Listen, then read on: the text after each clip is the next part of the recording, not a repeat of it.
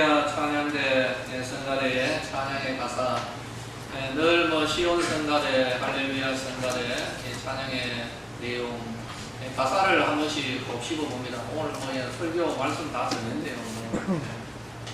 누가 썼는지 제가 그거는 잘 모르겠습니다만, 그렇습니다. 사람이라는 게 왜 이렇게 자존심과 내 자신만을 생각하는 그러한 마음, 이건 지나면은 이거 아무것도 아닌데 별거 아닙니다. 흔히들 말하는 이 똥꼬집, 이 똥꼬집이 우리를 죽이고 있습니다. 우리들이 지금 현재 기도하고 있는 구원과 기적, 회복은 다 연결되어 있습니다. 지금 이 찬양의 가사의 내용이 이 회복의 그 내용입니다. 회복을 우리가 기다리는 것이 아니라 우리들이 먼저 한번 다가갈 수 있는, 내가 먼저 손 좀 내밀 수 있는, 마음속으로 어떤 조건을 걸지 말고 저 사람이 내게 먼저 손 내밀면 내가 마음을 열지, 우리 한 걸음만 더 앞으로 나가서 내가 먼저 가서 손을 내밀고 집시다. 우리가 저주는 지는 이 삶이 십자가에서 삶인 줄로 믿습니다. 회복은 구원으로 이어질 것이고요, 구원은 기적으로 이어질 것이고, 또 기적은 또 회복으로 이어지고, 이 세 가지가 다 연결이 되어 있습니다. 구구기도의 가운데 있는데 우리 모든 성도님들 한 번도 빠짐없이 이 세 가지가 연결되어서 일어나는 하나님의 역사가, 하나님의 응답이 주어지게 되기를 예수님의 이름으로 축원합니다. 이거 우리 한번 마음의 결단을 한번 해보시면 참 좋겠습니다. 혹시 아직까지 민기적거리고 있는 저 사람이 먼저 다가오기를, 내 이 고집, 이러한 것들이 있다면은 십자가의 예수님을 한번 바라보고, 이건 순종이 아닐 겁니다. 순종은 내가 원하는 걸 하는 걸 순종이고요, 복종은 그렇다라고 할지라도 내가 원치 아니하는 것, 힘든 것을 우리가 따를 때 복종이라고 하죠. 한번 복종을 하고, 이 시간 한번 결단을 하고, 그죠? 내가 먼저 손 한번 내밀고, 내 마음을 한번 더 열고, 내가 고개를 조금 더 숙이고, 내가 풀어주는 바로 그런 은혜의 역사가 우리들 가운데 일어나기를 예수님의 이름으로 축원합니다. 기도하고 말씀을 전하도록 하겠습니다. 십자가에 달리신 예수님을 바라보고 감동만 받는 저희들입니다. 그리고 그것은 끝입니다. 머릿속에만 감돌고 은혜 받는 우리들, 하나님이여, 그냥 걸려있는 벽지, 걸려있는 그림만 바라보고 있는 저희들이 아닙니까? 아버지여, 이제는 이 말씀을 살아내어야 할 것입니다. 주여, 회복되어야 할 것들이 얼마나 많습니까? 하나님이여, 이 회복에서 구원으로 나아가고, 구원에서 기적으로 나아가고, 이 기적이 또 다른 회복으로 이어지는 은혜의 역사가 일어나게 될 줄로 믿습니다. 이 시간 성령님, 우리의 마음을 좀 두드려 주시고, 성령의 불방망이가 우리의 심령을 때리는 역사가 있게 하여 주옵소서. 앉아서 기다리고 감나무에서 담 떨어지기만을 기다리다가 우리는 주님 부르심을 받아야 할 때가 오는 줄로 믿습니다. 내가 먼저 손을 한번 내밀고, 내가 먼저 한번 걸어가고, 내가 먼저 내 마음을 비추어 보이는 이런 은혜의 역사가 일어나기를 원합니다. 하면 됩니다. 하면 되는데 잘 안 됩니다. 성령님, 저희들을 도와주시옵소서. 우리의 심령에 성령의 역사가 일어나게 하시고, 바로 이 성령의 역사를 따라가는 복종의 삶이 있게 하여 주시옵소서. 예수님의 이름으로 기도드리옵나이다. 아멘. 할렐루야. 아멘. 우리 한번 따라할까요? 믿음의 자리는 영광의 자리입니다. 오늘 이 말씀은 우리가 원래 우리들이 믿음으로 붙던 내용입니다. 다시금 우리 말씀을 다시금 한번 붙을 필요가 있어서 오늘 이 말씀 가지고 함께 나누기를 원합니다. 하나님은 어디에나 계십니다. 그래서 시편의 성도는 이런 고백을 하죠. 내가 주의 신을 떠나 어디로 가며 주의 앞에서 어디로 피하리이까. 내가 하늘에 올라갈지라도 거기에 계시고 음부에 내 자리를 펼지라도 거기에 계십니다. 하나님이 계시지 않은 곳은 없습니다. 하나님은 모든 곳에 계십니다. 예레미야는 말합니다. 나 여호와가 말하노라. 나는 가까운데 하나님이요 먼데 하나님은 아니냐. 나 여호와가 말하노라. 사람이 내게 보이지 아니하려고 누가 자기를 은밀한 곳에 숨길 수 있겠느냐. 나 여호와가 말하노라. 나는 천지에 충만하지 아니하냐. 천지에 충만하신 하나님은 지금 현재 이곳 우리들 가운데 임재하고 계심을 믿으시기를 예수님의 이름으로 축원합니다. 공기 가운데 우리들이 살아가죠. 그런데 이러한 사람들이지만 공기를 잘 느끼지를 못하며 살아갑니다. 이처럼 하나님의 임재 역시 천지에 충만하지만은 숨을 곳이 없고 저 하늘에도 저 음부에도 계시는 하나님의 임재이지만 이 하나님의 임재를 우리 사람들이 잘 알아차리지를 못합니다. 그러나 우리 성도들은 하나님의 임재 가운데 하나님 앞에서 살아가는 신전의식을 우리는 지녀야만 되는 것이죠. 이러한 성도들이 복되다 할 것입니다. 우리는 하나님의 임재를 의식해야 됩니다. 구약의 야곱이라는 사람을 우리는 압니다. 아버지의 집을 떠날 수밖에 없었던 그 정말 고달픈 환경이 주어집니다. 그러다 노숙을 합니다. 그날 밤 꿈을 꿉니다. 꿈 속에서 하나님을 만납니다. 그 다음날 아침에 일어나서 야곱은 이런 고백을 하죠. 여호와께서 과연 여기에 계시거늘 내가 알지 못하였도다. 야곱은 하나님의 임재를 벗어난 적이 한순간도 없었습니다. 그럼에도 본인은 정작 그 사실을 알지 못하고 지냈다는 것이죠. 이것이 야곱의 문제였고 오늘 우리들의 문제이기도 합니다. 우리는 하나님의 임재를 벗어난 적이 없습니다.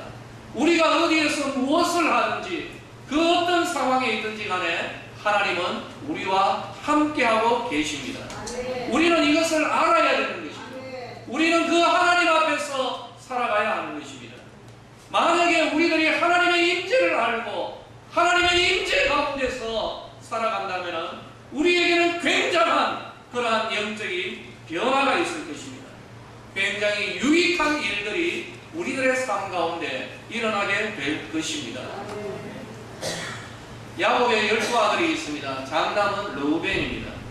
당시에 장남은 모든 것을 거머쥘 수 있는 그런 특권이 있었죠. 하지만 르우벤은 아버지의 첩과 동침하는 결정적인 실수를 범합니다. 장자의 명분을 잃어버립니다. 그러면 이 장자의 명분은 누구에게로 갈까요? 우리는 생각합니다. 뛰어나고 걸출한 사람. 그래서 12아들 가운데 이 유다라는 아들에게 주목을 하는 것이죠. 하지만 유다 역시 그의 며느리 다말과 부지 중에 동침함으로써 하나님 앞에서의 거룩을 상실해버립니다. 결국 요셉에게 이스라엘의 장자권이 넘어가죠. 이유가 있습니다. 우리는 그 이유를 성경의 사건을 통하여서 끄집어낼 수가 있는 것이죠. 요셉이 혈기왕성하였던 청년의 시절입니다. 보디발의 아내가 자꾸만 요셉에게 다가옵니다. 여러분, 보디발의 아내는 그냥 제가 추측컨대 굉장한 미인이었다라고 생각합니다. 이것은 합리적인 추측입니다. 당시의 애국은 세속도시입니다. 그 세속도시에서 보디발은 친위대장입니다. 권력을 가졌습니다. 종을 누릴 만큼 부릴 만큼 그리고 재물도 있었다는 것이죠. 이러한 사람이 결혼을 할 때 애국에서 정말 미스 애국 출신 바로 이런 여인을 아내로 맞이하였을 것이다 라는 것 우리는 충분히 생각할 수가 있는 것이죠. 이러한 여인이 요셉에게 그것도 날마다 이상한 눈짓을 하는 것이죠. 그리고 어느 날입니다. 이 집안에는 오직 너와 나 단 둘밖에 없다는 겁니다. 환경까지 조성을 해놓았습니다. 그리고 요셉에게 노골적으로 말합니다. 나와 함께 즐기자라는 그러한 것이죠. 그때 요셉의 답은 이것입니다. 내가 어찌 하나님 앞에서 이 큰 죄를 범할 수가 있겠는가. 그러면서 유혹을 물리칩니다. 야곱의 장남 르우벤, 뛰어난 자 유다, 그들의 삶 가운데서도 하나님의 임재는 분명히 있었습니다. 바로 그 실수와 범죄의 현장에도 하나님은 그곳에 계셨던 것입니다. 그러나 이들은 하나님의 임재를 깨닫지를 못했습니다. 결국 이들의 타락한 마음을 따라 범죄하고 실수하고 넘어진 것이죠. 하지만 요셉은 그 은밀한 공간 안에서도 하나님의 임재를 깨닫고 있었습니다. 하나님 앞에서의 거룩을 유지했다는 것이죠. 이것이 바로 하나님의 임재를 의식하는 자와 그렇지 못한 자의 차이라는 것입니다. 하나님의 임재를 온전히 의식하는 자들에게 범사의 은혜와 능력이 있을 것입니다. 소년 다윗이 골리앗 앞으로 달려갈 수 있었던 그 담대함은 과연 어디에서 나왔겠습니까? 하나님께서 나와 지금 함께하고 계시다는 바로 이러한 믿음의 확신 가운데서 나올 수가 있었던 것이죠. 사망의 음침한 골짜기를 걸어가면서도 두려워하지 않았던 바로 그 담대함 역시 하나님이 지금 나와 함께하고 계심으로 나는 결코 두려워하지 않을 것이다 라는 믿음의 고백이 나올 수가 있었던 것입니다. 사랑하는 성도들이여, 이것이 우리 성도들의 삶의 특징이 되어야 할 것입니다. 하나님의 임재에 대한 믿음이 시험과 유혹 그리고 죄악의 문은 닫아버리게 될 것입니다. 바로 이 현장에서 시험과 유혹, 죄악의 그 현장에서 내가 손하나만 까딱하면은 바로 이 시험과 유혹에 들 수 있는 그 현장 가운데서도 하나님이 이 자리에 계시는 것, 이것을 깨닫는 성도들은 그 유혹의 문은 닫아버리고 등을 돌리고 나올 수가 있을 것입니다. 하나님의 임재를 깨닫는 자, 이러한 자에게 은혜와 능력의 문은 열려지는 은혜의 역사가 일어나게 될 것입니다. 그런데 우리는요, 여기에서 오늘 말씀은 한 걸음 더 나아가는 것입니다. 그러므로 이 말씀에 대하여 우리 성도들은 지금 이 말씀을 믿음으로 이 말씀을 받으셔야 됩니다. 하나님의 임재는 이미 우리들에게 공통적인 분모다라는 바로 이 말씀의 토대 위에서 이어지는 말씀을 받아야 되는 것이죠. 하나님의 임재에 대한 믿음에서 머무르지는 않습니다. 한 걸음 더 나아갑니다. 하나님의 그 임재가 드러나도록 하는 믿음의 도전, 이것이 바로 오늘 설교의 내용입니다. 하나님의 임재와 하나님의 임재가 드러나는 것은 천지의 차이입니다. 사랑하는 성도들이, 어제도, 어젯밤에도, 이틀 전에도, 1년 전에도 하나님은 여러분들과 함께하고 계셨습니다. 지금 이 순간에도 하나님이 함께하고 계시고 앞으로도 영원토록 하나님은 우리를 떠나지 아니하실 것입니다. 이것을 믿는 자는 아멘 하시기를 바랍니다. 문제는 이것입니다. 우리가 믿든지 믿지 아니하든지 하나님의 임재는 온 천하에 충만하다는 것입니다.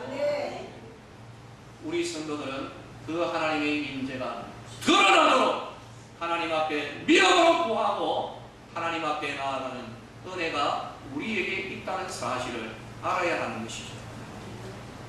하나님의 임재가 우리의 삶 가운데 나타나야 하는 것입니다. 하나님의 그 임재가 하나님의 영광으로 나타나야 하는 것이죠. 참 다행스러운 것이 있습니다.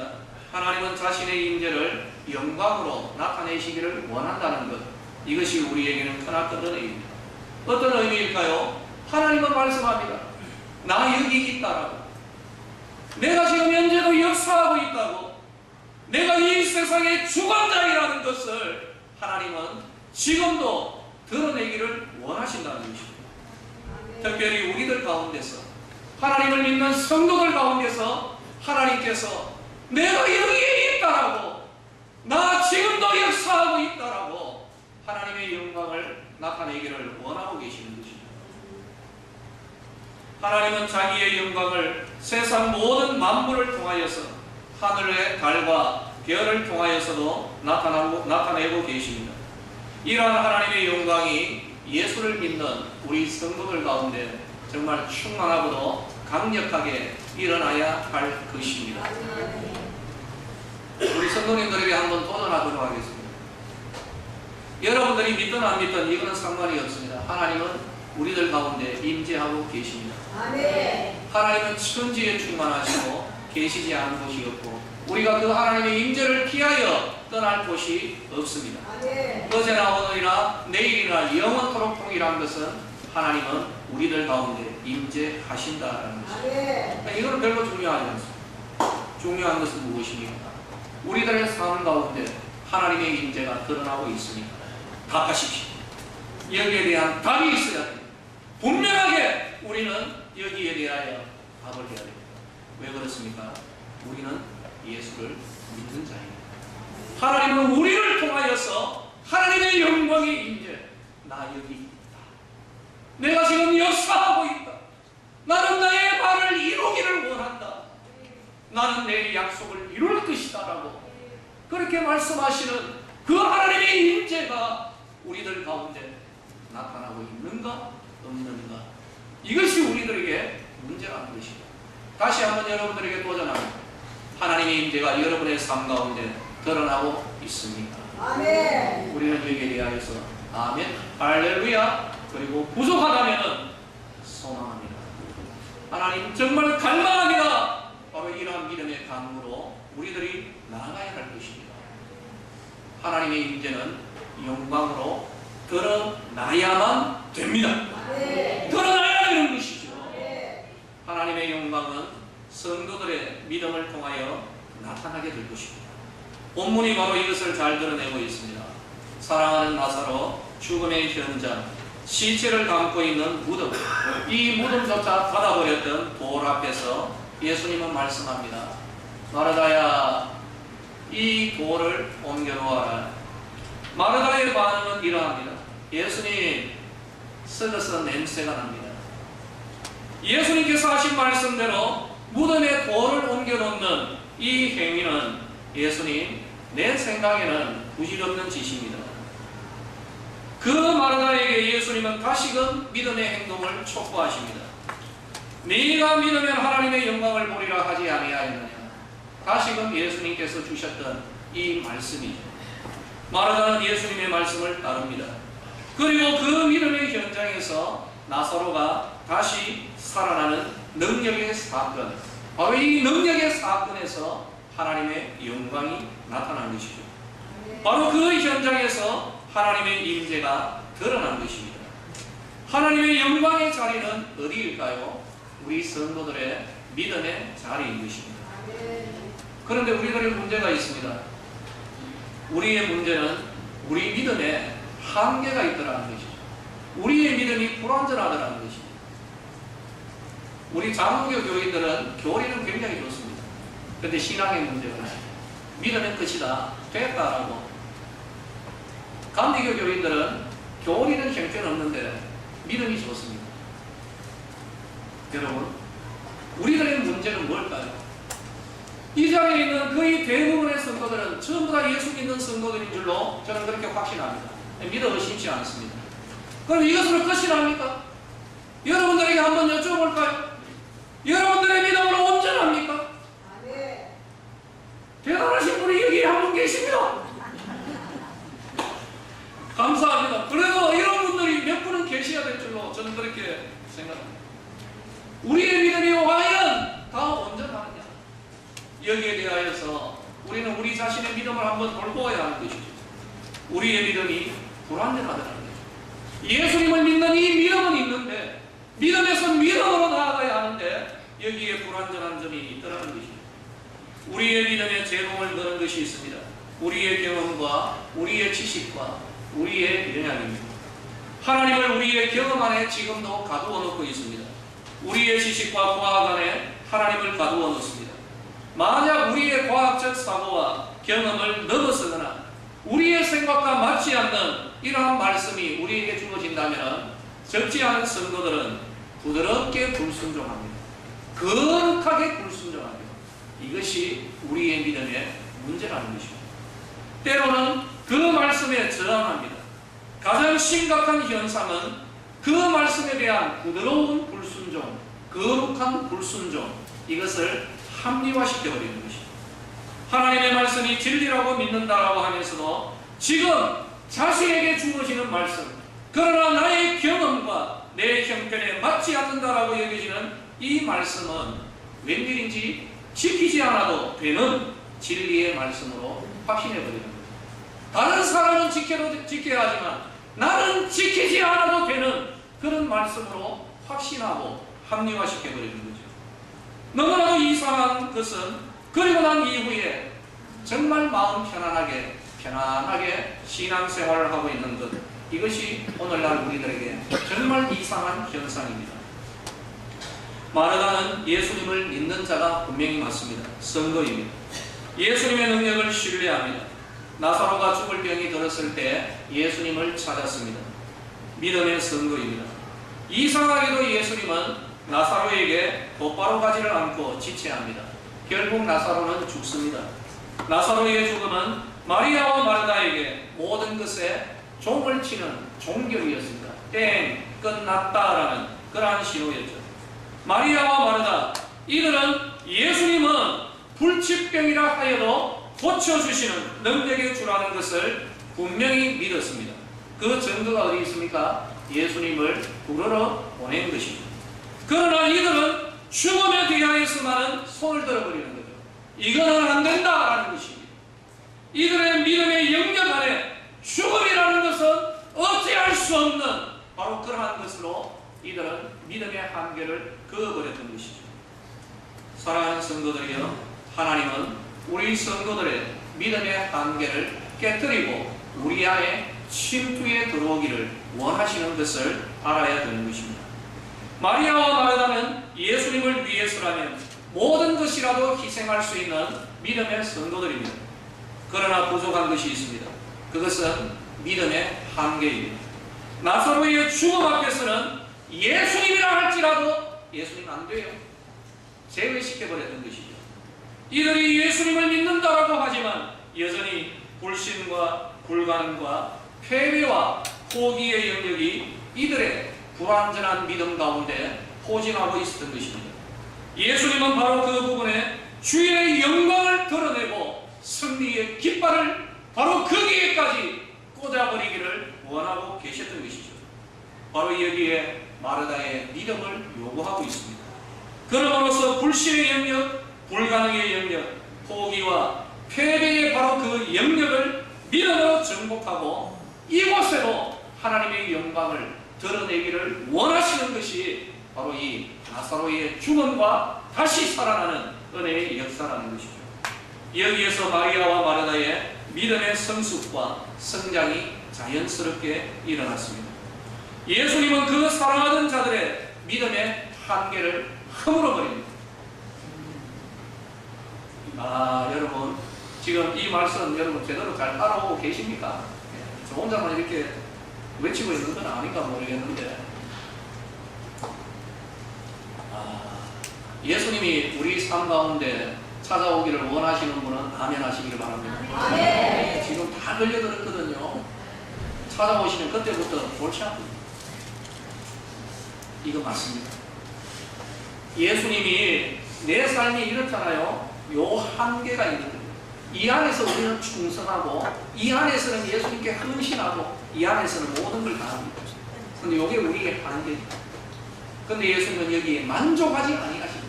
이 비조와 터짐, 바로 이 편협하고 하나님의 은혜를 요구, 아니죠. 온 천하인데 요 경계 안에서 내 혼자서 할렐루야 기뻐 찬송하고 뭐라고 다 하는 거예요. 이 삶 가운데 예수님 침투해 버리는 거죠. 이 한계를 깨뜨려 버리는 거죠. 그때의 우리의 삶이 요동치는 겁니다. 아시겠습니까? 예수님이 우리 삶 가운데 오시기를 원하신다고 아멘 하셨던 분들 각오하셔야 돼요. 괴롭습니다. 이 한계가 깨어지고 내 삶 가운데 예수님의 은혜와 하나님의 통치가 들어올 때에 우리의 힘이 고달파지는 것이죠. 깨어지고 떨어져 나가고 이때까지 의지했던 것들이 깨끗하게 다 정리되어지는 이때에 우리는 힘들고 괴롭고 고통스럽고 심지어 하나님을 향하여서 뭐 이렇습니까? 라고 원망 불평이 터져 나오는 것이죠.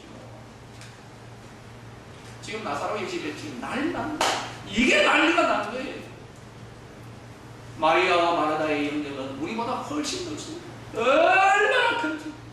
예수님을 위하여서라면 모든 것이라도 할 수 있었던 이 믿음의 가정에 예수님이 다시 한번 침투해 들어갑니다. 그 영역마저도 깨트려버리고 이 세상의 모든 사람들이 불가능하게 여겼던 바로 그 영역에까지 예수님은 승리의 깃발, 영광의 깃발을 바로 그 자리에 꽂아버리는 은혜의 역사가 일어나는 것이죠. 사랑하는 성도들이여, 지금 현재 예수님께서 우리의 삶 가운데 들어와 역사하고 계시는 분들이 있을 겁니다. 그런데 그 은혜의 역사가 늘 이렇게 아닙니다 여러분. 그게 아니에요. 지금 현재 우리의 비소가 터진 이 영역을 깨트리고 까뭉개고 부서뜨리고 허물어버릴 때 우리의 삶은 요동쳐버리고 굉장히 어려워지는 것이죠. 그러나 그 순간에도 네가 믿으면 하나님의 영광을 보리라. 바로 이 말씀 끝까지 주의 말씀을 붙들고 주님 앞에 나아갈 때 우리의 신앙의 영적인 성숙과 성장이 일어날 것이고, 바로 그 부분에 이때까지는 넘보지도 못했던 바로 그 영역에 하나님의 은혜가 강같이 유입되어진 하나님의 영광이 일어나게 될 것입니다. 여러분 각오가 되어 있습니까? 여러분 영적인 성숙과 성장이 우리에게 이런 과정을 통하여서 일어나는 것이죠.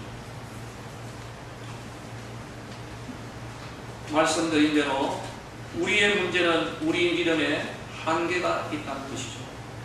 마르다는 예수님을 믿고 능력을 신뢰하였습니다. 예수님을 초청했습니다. 예수님이라면 하실 것이야. 그러나 마르다의 한계는 치유의 예수님, 여기에서 머물렀습니다.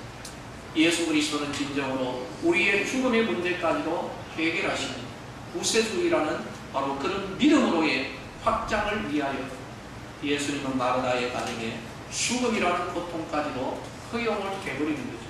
깨어지는 아픔이 있었지만, 그러나 이 깨어지는 아픔 가운데서도 하나님의 영광이 그 죽음마저도 정복하는 은혜의 역사로 일어나게 되었던 것이죠.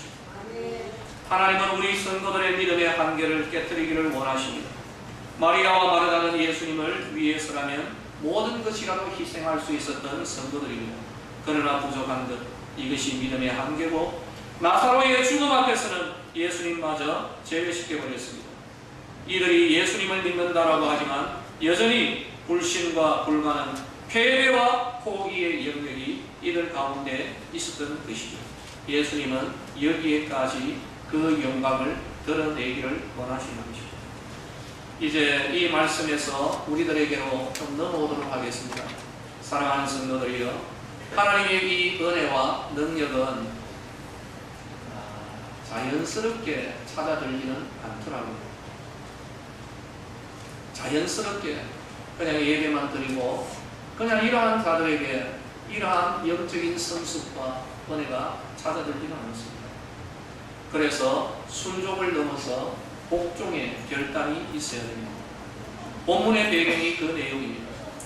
다시 한번 말씀드립니다. 예수님께서 마르다에게 무덤의 돌을 옮겨 놓으라. 누구보다도 예수님을 사랑하고 믿는다라고 자부했던 마르다는 예수님이 주시는 이 말씀만큼은 부정적 반응을 나타내고 있습니다. 여러분, 마르다의 신앙은 오늘 우리들과 비교할 때 정말 훨씬 주님과 굉장히 가까웠던 바로 그러한 여인, 믿음의 여인. 그러나 바로 이 부분에 있어서만큼은 예수님 택도 없습니다. 안 된다는 것이죠. 도저히 받아들일 수가 없었고 저항했습니다. 그 저항이 어디에서 나타나죠? 이미 죽은 지 나흘이나 되어서 썩어 냄새가 납니다. 이 대답에서 나타납니다. 이미 끝났다는 것입니다. 이것은 예수님도 해결할 수 없는 영역이요 문제라는 것을 드러내는 것이죠. 도리어 예수님을 설득시키고 있습니다. 자기는 예수님을 잘 믿는다라고 하지만 오히려 아직까지도 예수님을 믿지 못하는 그러한 영역들이 있더라는 것이죠. 여러분 가운데도 있고 내 가운데도 있고 예수님의 관심은 바로 거기에 있습니다. 바로 거기에 주의 영광을 드러내기를 원하시는 것이죠. 바로 여기에까지 승리의 은혜를 주시고 다만 우리에게 요구하는 것은 믿음이라는 것입니다. 우리의 이 믿음의 자리가 하나님의 영광의 자리라는 것이죠. 베드로 역시 마찬가지의 상황이 아닙니까? 예수님께서 말씀합니다. 깊은 곳으로 가서 그물을 내려 고기를 한번 잡아보지 않겠느냐. 예수님의 지시입니다. 이 명령에 대하여 베드로의 답은 이겁니다. 밤이 새도록 내가 수고했지만 얻은 것이 없다는 것이죠. 베드로의 한계를 드러낸 대답입니다. 하나님은 베드로와 마르다 이들의 믿음의 한계 너머에서도 영광을 나타내시기를 원하는 것입니다. 지금 우리들의 이 한계, 이 안에서만 우리는 예수님의 은혜를 구하는데요, 예수님은 여기에 만족하지 않습니다. 요 울타리를 확 걷어내버리고 그 영역을 넓혀가기를 원하는 거죠. 우리의 영역 너머에서도, 이스라엘 밖에서도 영광 받기를 원하시는 하나님께서 우리의 믿음의 한계를 철폐하시고 주의 영광을 드러내기를 원하십니다. 언제나 여기에 주님은 딱 하나를 요구합니다. 네가 이걸 믿느냐? 네가 믿으면 하나님의 영광을 보리라. 우리가 믿는 믿음만큼 하나님의 영광이 우리들 가운데 나타나게 될 것입니다. 하나님의 임재의 영광이 여러분 가운데 있습니까? 여러분 대답하셔야 돼요. 하나님의 영광의 임재, 하나님의 사랑 역사하심, 하나님의 능력, 하나님의 은혜 우리의 삶 가운데 있습니까? 없으면 믿음의 문제가 있습니다. 반드시 있어요. 그것도 소름이 돋도록 정말 하나님 살아계십니다. 정말 하나님 역사하시는구나 라는 이런 믿음의 증거가 하나님의 영광으로 있어야 되는 거죠. 우리가 믿는 믿음만큼의 하나님의 영광은 우리 삶 가운데 드러납니다. 그러나 성도의 믿음의 제공을 거는 것은 언제나 우리의 경험과 지식과 한계. 하나님 이때까지 내가 기도했습니다. 그래도 안 되었습니다. 하나님 끝났습니다. 이것이 우리의 믿음에 언제나 제동을 걸어버립니다. 그러나 분명히 아십시오. 예수님이 끝났다라고 할 때까지 끝난 것 아닙니다. 누구 마음대로 끝냅니까? 예수님이 끝났다라고 할 때까지 끝난 것 아닙니다, 여러분. 네. 아직까지도 진행 중이라는 사실을 알아야 되는 것이죠. 네. 하나님을 여러분의 경험 안에 가두려고 들지 마십시오. 하나님을 여러분의 지식과 과학 안에 가두어 놓지 마십시오. 하나님의 영광이 반드시 드러나야 할 성도들의 삶에 믿음의 결단이 있을 때 바로 거기에 하나님의 나 여기 있다, 내가 역사한다, 내가 할 것이다, 바로 이것이 드러날 것입니다. 사랑하는 성도들이여, 마리아와 마르다, 베드로를 비롯한 믿음의 성도들은 비록 자기의 경험과 지식과는 다르다 해도 주의 말씀에 따르기로 결정했습니다. 바로 이겁니다. 썩어서 냄새가 나는데요, 네가 믿으면 하나님의 영광을 보리라. 알겠습니다. 돌 치우겠습니다. 여기에서 복종이 있었고 여기에 하나님의 영광의 역사가 있는 것이죠. 예수님 밤이 새도록 수고했는데 한 마리도 못 잡았거든요. 깊은 곳으로 가서 덤을 다시 던져라. 예, 알겠습니다. 갔습니다. 우리가 승리를 거두어야 할 불신, 패배, 무기력, 타협의 영역에 예수님은 언제나 우리에게 말씀으로 도전하시고 감동을 주시됩니다. 사랑하는 성도들이여, 오늘 뒤로 김진홍 목사가 전하는 이 말씀이지만 이 말씀을 통하여서 주님께서 여러분 각자에게 주시는 영음이 울려 퍼져야 할 것입니다. 돌을 옮겨라. 깊은 곳으로 가라. 실로암으로 가라. 일어나 걸어라. 항아리에 물을 채워라. 그리고 그 물을 떠서 가져다 주어라. 그러면 여기에 나의 영광을 내가 드러낼 것이다. 여러분, 이 음성이 우리들 가운데 울려 퍼져야 할 것입니다. 우리들의 차례입니다. 이전의 실패와 패배, 불가능하다고 여기지만 여전히 원하는 그러한 일들, 그리고 하나님께서 성도들의 가정에 지금 침투에 들어와서 엉망이 되고 있는, 그러나 그건 엉망이 아닙니다. 여러분, 지금 침투에 들어오고 계시고 그 한계의 영역을 철퇴하시는 것입니다. 그 가운데도 여전히 하나님 계심을 믿으십시오. 그리고 거기에서 하나님의 영광이 드러나야 되는 것입니다. 선포해 버리십시오. 하나님 감사합니다. 이 모든 것들을 바로잡으시고 하나님 영광 드러내실 줄로 제가 믿습니다. 나사로의 무덤 가운데서도 그 영광을 드러내기를 원하시는 하나님께서 우리들의 바로 우리들의 그 자리에 주의 영광을 드러내실 겁니다. 말씀을 맺겠습니다. 이제 겁먹지 마십시오. 마르다에게는요, 정말 우리 한번 입장 바꿔서 한번 생각해 보십시다. 무덤 이렇게 해가지고 안에 나흘이나 되고 냄새 나는데, 야, 돌 옮겨 놓아라. 세상에 그거 옮겨 놓을 만한 믿음의 소유자가 글쎄요, 과연 몇 분이나 될까요? 저는 뭐 정숙자 권사님 외에는 전부 다 그냥 안 할 것 같아요. 우리 권사님은 먼저 아멘 해놓고 뭐 저질러 놓고 이제 나중에 생각하시는 분이니까 정말 부르습니다. 입장만 바꿔놓고 생각해보자고요. 밤새도록 해가 뭐 안 됐는데 새벽에 아침에 그물 씻고 이제 또다시 들어가고 하면은 그렇잖아요. 그 예수님이 우리에게 요구하는 것은, 여러분 결론은 이겁니다. 믿으면 하나님의 영광을 보리란데요, 우리가 실패하고 패배하고 포기하고 엉망이 되어 있는 여기에 하나님 하실 줄로 믿습니다라는 이 믿음을 하나님 앞에 보이자는 것이죠. 그런데 이 믿음이 너무 어렵다라고 생각해서 목사님 뭐라고 말씀하시는지 내가 한번 딱 들어보고 그거 나하고 안 맞으면 내가 거룩하게 불순종할기라고 지금 작정하고 있는 사람들이 여기에 몇 분이 계신단 말입니다. 그거 안 된다는 얘기죠. 그래서 어려운 거 아닙니다. 정말 이 시간 하나님께서 우리에게 그 그레이드를 조금 낮추셔가지고 이런 말씀을 드리기를 원합니다. 우리들의 이 믿음을 드러내십시다. 믿으면 하나님의 영광을 보리라. 돌 옮기거나 물 떠다주고 뭐 이러한 것이 아니라 우리들의 믿음, 구구 기도회에 참여하는 것입니다. 이제 한 달 남았습니다. 바로 오늘 초점은 이겁니다. 구구 기도회. 굉장히 가볍게 여기는 사람들이 있습니다. 에이, 그까짓 것. 여러분의 믿음대로 될 겁니다. 그까짓 것이 될 것입니다. 여기에 우리의 믿음. 마치 돌을 옮겨 놓았던 마르다처럼, 마치 깊은 곳으로 갔던 베드로처럼 하나님의 물을 채우라고 했을 때 이게 뭔 일이요?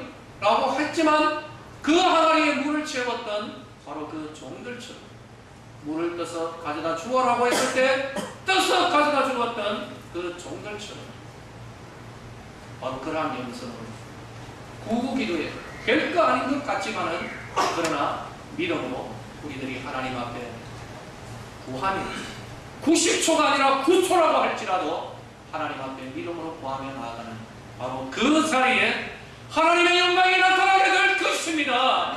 믿으시면 아멘 하시기 바랍니다. 하나님이 그렇게 하실 것입니다. 이유가 있습니다. 그 이유는 하나님은 자기의 영광을 드러내기를 원하시는 분이기 때문입니다. 하나님이 그 영광을 우리들의 이 기도, 부흥에서, 기적에서, 회복에서 하나님의 영광을 드러내실 것입니다. 우리는 이것을 믿어야 하는 것입니다. 한 달 남았습니다. 이 한 달 가운데서도 가볍게 여기지 말고 바로 우리들이 소망하는 우리들의 가정, 우리들의 교회, 우리들의 삶 가운데 하나님의 기적이 있어야 할 부분에 하나님 앞에 외쳐 부르짖으며 기도하며 나아가는 바로 그 자리에 거룩한 부흥이 일어나게 될 것이고, 우리들이 하나님 앞에 기도할 때에 이미 망가지고 엉망이 되어버렸던 우리의 삶 가운데 하나님의 기적이 일어나게 될 것이고, 엉망으로 되어버렸던 우리들의 이 관계 가운데 하나님께서 회복해 주시는 은혜의 역사가 일어나게 될 것입니다. 믿으시면 아멘 하시기 바랍니다. 사랑하는 성도들이여, 구구 기도에 구원과 기적과 회복의 그 자리에 하나님의 영광이 나타나는 바로 여기에 요구되는 것은 오직 하나, 여러분의 믿음입니다. 믿음으로 기도에 참여하며 풍성한 은혜의 간증을 나누는 우리 성도들 되시기를 예수님의 이름으로 축원합니다. 기도하겠습니다. 하나님 아버지, 하나님은 영광을 드러내기를 원하시는 분인 줄로 믿습니다. 그 영광의 자리에 반드시 있어야 할 것은 우리 성도들의 믿음인 줄로 믿습니다. 우리들에게 이 영광을 허락하시기 위하여 구구 기도회를 허락하셨습니다. 구원, 기적, 회복, 우리에게 요구하시는 것은 내가 이 일을 할 줄 네가 믿느냐라는 것입니다.